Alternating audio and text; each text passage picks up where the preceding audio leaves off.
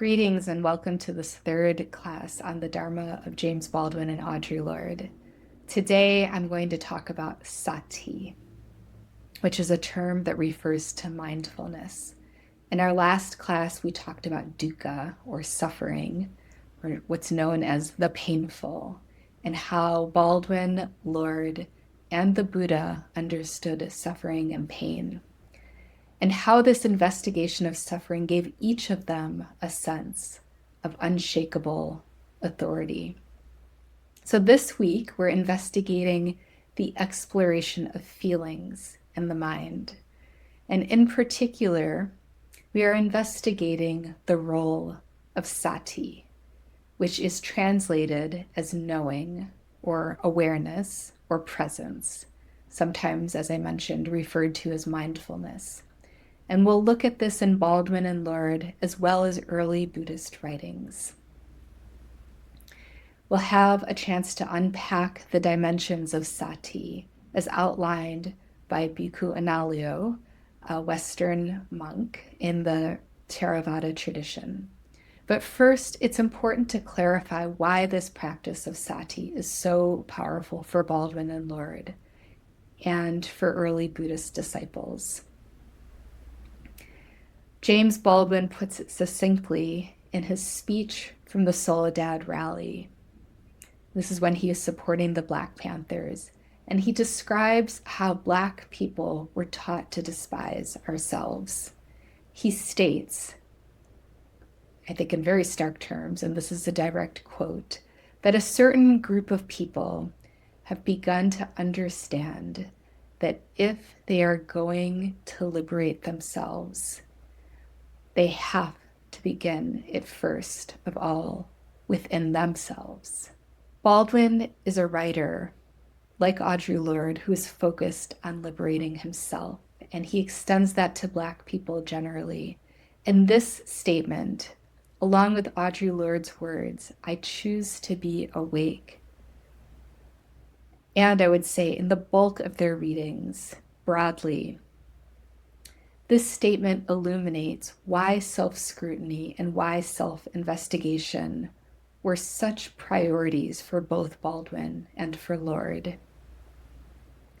These are writers who are focused on uprooting internalized racism. They're focused on addressing homophobia in broader society. They take on patriarchy and their practices of self-scrutiny, the awareness that Sati brings to their inner and their outer environments, allow both writers to deconstruct narratives of inferiority, narratives that are intergenerational in their impact, and that are also deeply personal in their own lives. This is to say that both for Baldwin and for Lorde, people cannot be truly free from oppression, that which is enacted upon us, if they do not start with their own internalized oppression. In other words, this work of liberation starts with the mind. It starts with feelings. And to simply change our outer conditions is not enough. Each one of us has to do the hard work, truly hard work, of deconstructing our internalized narratives that have been part of the waters we've swum in, white delusion and patriarchy and homophobia. We have to turn towards it and know it, because as Baldwin says, no one can do it for us. There is no liberation to be found externally, including politically, without committing to our own internal liberation. And that begins with this self-scrutiny that Audre Lorde uplifts, with Sati in the Buddhist tradition. And each one of us possesses this faculty of Sati. That's what's so encouraging. Wakefulness, as it's described in early Buddhism, requires the capacity to be mindful. It's one of the tenets of the Noble Eightfold Path, which is part of the Four Noble Truths. And we have a contemporary monk, Bhikkhu Analayo, in his translation of a sutta called the Satipatthana Sutta, the Four Foundations of Mindfulness, where he uplifts this term knows.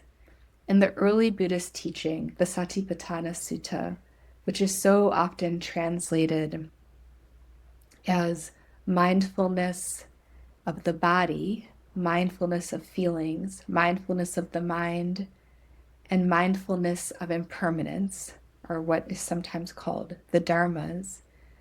In this, we have a kind of set of instructions, a kind of manual, if you will.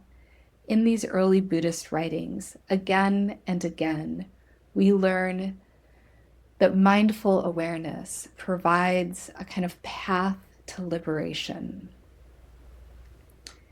In the Noble Eightfold Path, in particular, there's an outline of faculties and powers that lead to awakening, or what are sometimes called awakening factors.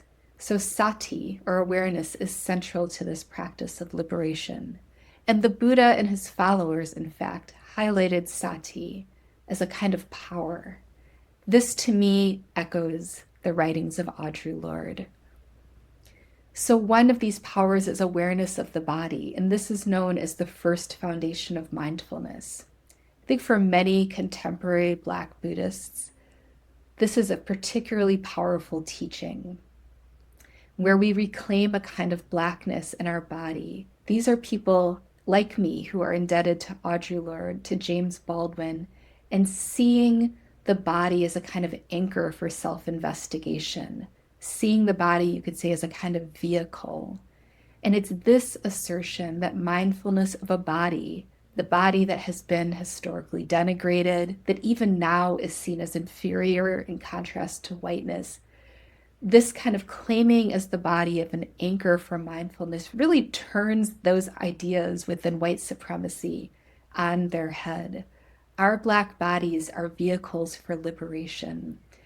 Awareness of our bodies, a kind of turning towards without rejecting our Blackness, is itself a liberatory act.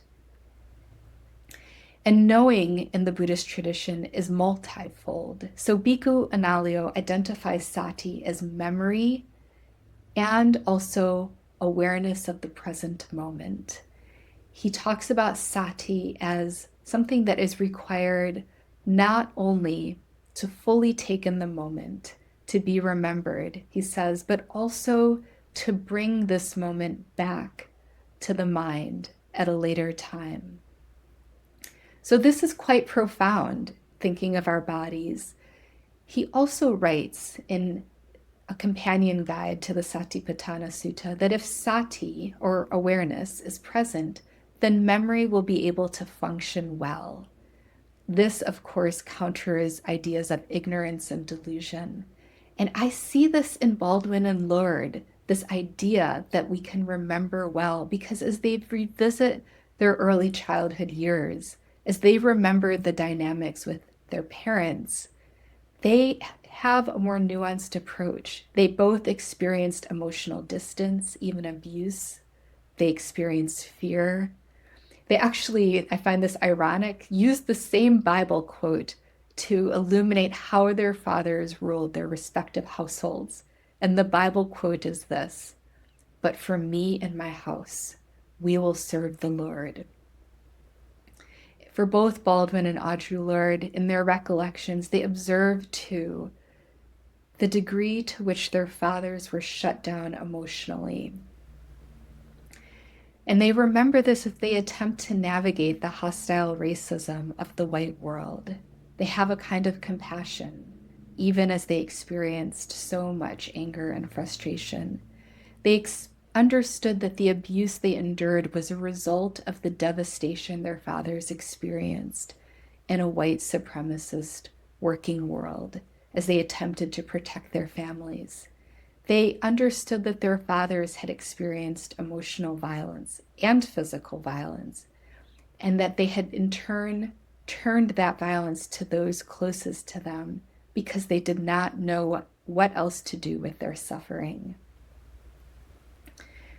I especially hear this with Baldwin's writings on the rage of his stepfather, who was, he wrote, very black, but he did not know that he was also very beautiful.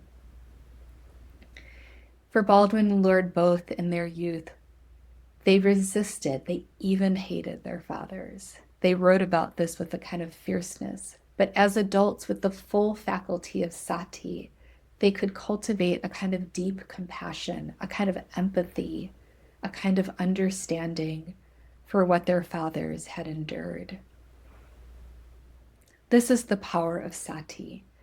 And for each writer, as they delve into their past, they don't stay there. I mean, this is also the importance of Sati. They can recollect, and they do, but they also, through understanding, develop another way of being in the present moment. Bhikkhu Analayo helps us to understand Sati in daily life. Writing that functions as Sati. Writing that functions as a kind of awareness of the present moment. So Sati as presence shows up in 4 ways, and I'll just enumerate these briefly. So one is a faculty, such as memory. Another is a kind of awakening factor, in that awareness can lead to enlightenment. And yet another is the faculty of the Noble Eightfold Path, which is right mindfulness. The fourth is awareness of the present moment, here and now. So rather than repressing or denying or resisting unpleasant feelings, what in Buddhism is sometimes called feeling tones and mind states, we are urged to be aware of them without a kind of judgment, without a kind of repression. And it's this inner work to simply know, to be present, to be aware that we are orienting towards. In other words, we as meditators are urged to give oxygen to these feelings and these mind states, to know rather than shutting them down, to know them intimately, to sit with them and simply greet them. I would say there are at least 4 ways in which Sati functions for Baldwin and Lorde. So this faculty of knowing not only their states of mind and their feelings, but also the states of mind of those who move thoughtlessly through a white supremacist, patriarchal, and homophobic culture, what Baldwin called the white problem. Yet another is awareness of their own habituated states of mind. I think Baldwin and Lorde were deeply aware of their internalized oppression and the ways in which their minds had been conditioned. A third is that they had deep compassion for the ways in which intergenerational trauma manifested in their families. And a fourth is that they gave oxygen to their feelings, to their rage, to their bitterness, and in so doing, they cultivated a kind of spaciousness for love and joy. Audre Lorde talked about the mother warrior. Many of us quote Audre Lorde's essay, "Poetry is Not a Luxury," and she writes about how the quality of light by which we scrutinize our lives has direct bearing upon the product which we live. I quoted this in an earlier Dharma talk, and I bring it to your attention again because she says, this is also on the changes in which we hope to bring about through our lives, which is to say self-scrutiny is essential for Audre Lorde. Sati is essential. And why? Because it manifests in agency and power. She also wrote that as we learn to bear the intimacy of scrutiny and to flourish within it, as we learn to use the products of that scrutiny for power within living, our living, she says those fears which rule our lives and form our silences begin to lose their control over us. You heard this in an earlier Dharma talk, but I bring it to you again because, again, There is so much of the Buddhist teaching of Sati in those sentences, bearing the intimacy of scrutiny, of self-scrutiny. She says requires a kind of hard work.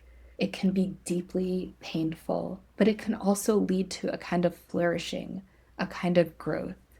So this power of awareness then leads to a kind of self-actualization, a kind of capacity to act, to develop agency, a kind of fearlessness. We are no longer ruled by fears which we may internalize and move to thoughtlessly, which is another way of saying that fear is no longer our default setting.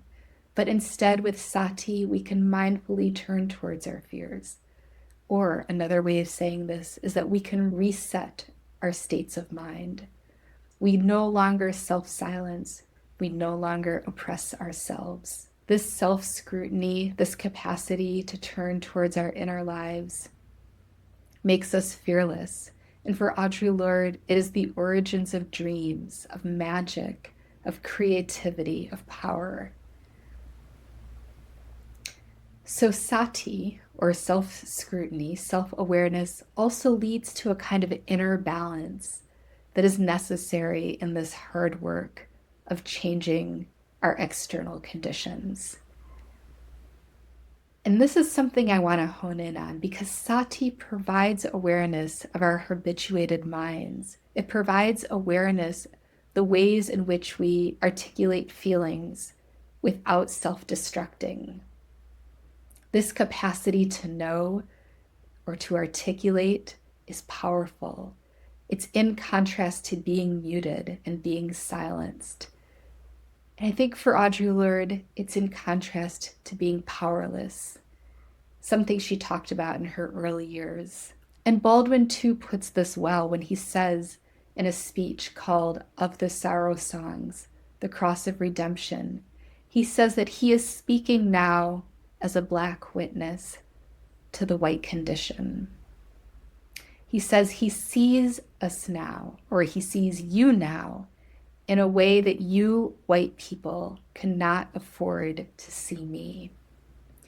Baldwin describes how this invention of the Black condition, he says, creates the trap of the white identity, that Black people know about white people. We witness white people because of how white people construct Black identity, how white people construct Black bodies. And Baldwin furthermore observes that white people want, he says, and this is a direct quote, a noiseless accomplice on the part of Black people. But for Baldwin, this kind of self-silencing inevitably leads to what he calls, and this is a direct quote, the horror of self-contempt and self-hatred. And yet, like Audre Lorde, seeing clearly, Sati, articulating devastation, he said, can lead us to trust life and to live a life, to love and to be loved. That's so powerful, to be able to see devastation clearly and how that leads to life. But it means wrestling with the habituated mindset. So Audre Lorde, like Baldwin, was deeply aware of internalized oppression, including internalized hatred. She says in a conversation with Adrienne Rich, a white woman poet who is her friend and contemporary, the way you get people to testify against themselves, she says, is not to constantly have police tactics and oppressive techniques. She says what you do is to build it in so that people learn to distrust everything in themselves. And she says to have them reject it to begin with so that you don't even need to stamp it out. But for Audre Lorde, this internalized oppression is never reduced only to racism. She is always aware of how women, especially how female-bodied people, how Black women internalized oppression. For her, it's always intersectional and gendered. And she says it's projected onto their internalized oppression, so much so that Black women inevitably project it onto other Black women. But for Audre Lorde, awareness gives oxygen to these dynamics. Baldwin says that in order to really hate white people, one has to blot out so much of the mind and the heart that this hatred itself, he says, becomes exhausting. He says, and self-destructive. Baldwin says that we are always in the position of having to decide between amputation or cutting off a limb and gangrene. And this is a powerful statement because he's understanding inner devastation, but he says that whoever is unable to face that devastation, the auction block, the weeping of Black women, of Black mothers, he says cannot genuinely live. So we see both writers turning inward to grapple with their feelings of devastation, their rage, their internalized hatred, even as they turn outward and weep for all Black mothers, those who have lost their sons and daughters, their children to violence in a white supremacist world.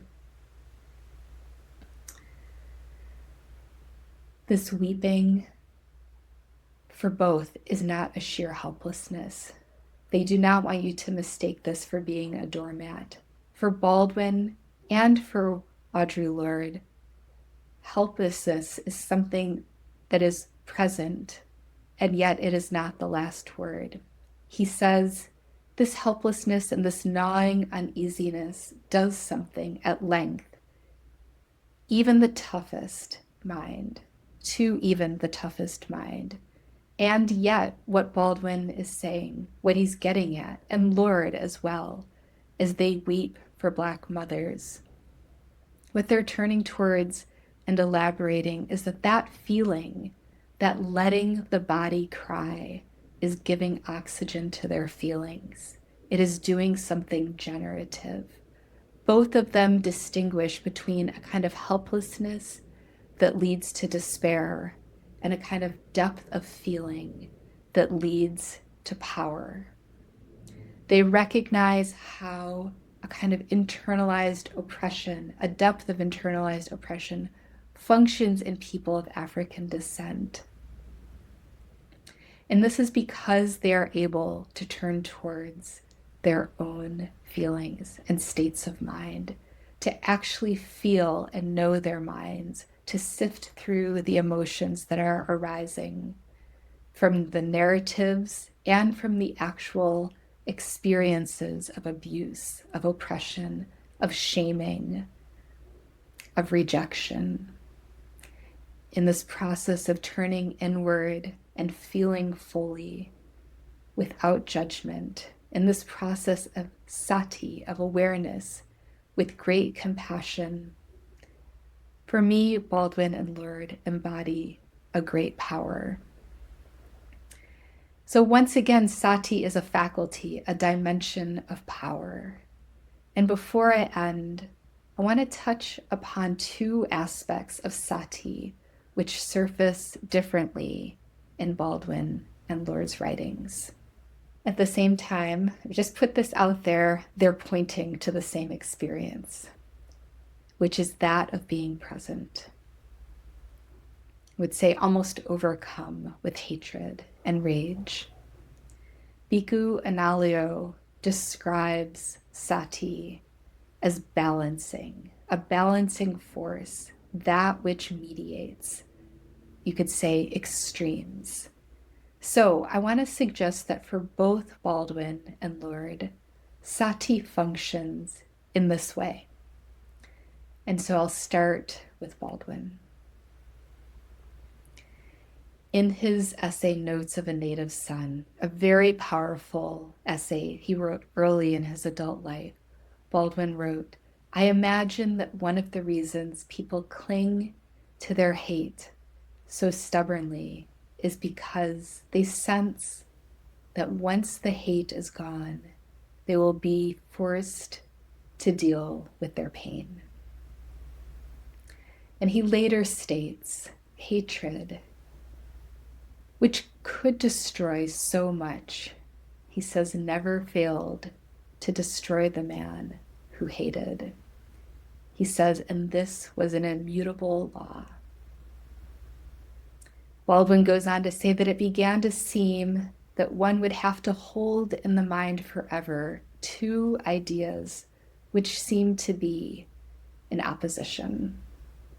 For Baldwin, he says, the first idea was acceptance, the acceptance totally, without rancor, of life as it is, and men as they are. He said, in the light of this idea, it goes without saying that injustice is a commonplace. But this did not mean that one could be complacent. He says, for the second idea was of equal power, that one must never in one's life accept these injustices as commonplace, but must fight them, he says, with all of one's strength. He says, and this fight begins, however, in the heart. He says, and it has now been laid to my charge to keep my own heart free, free of hatred and despair. So Baldwin lays out this level of awareness. And in speaking of hatred, he's also aware of what hatred can do to the human psyche, to the human heart.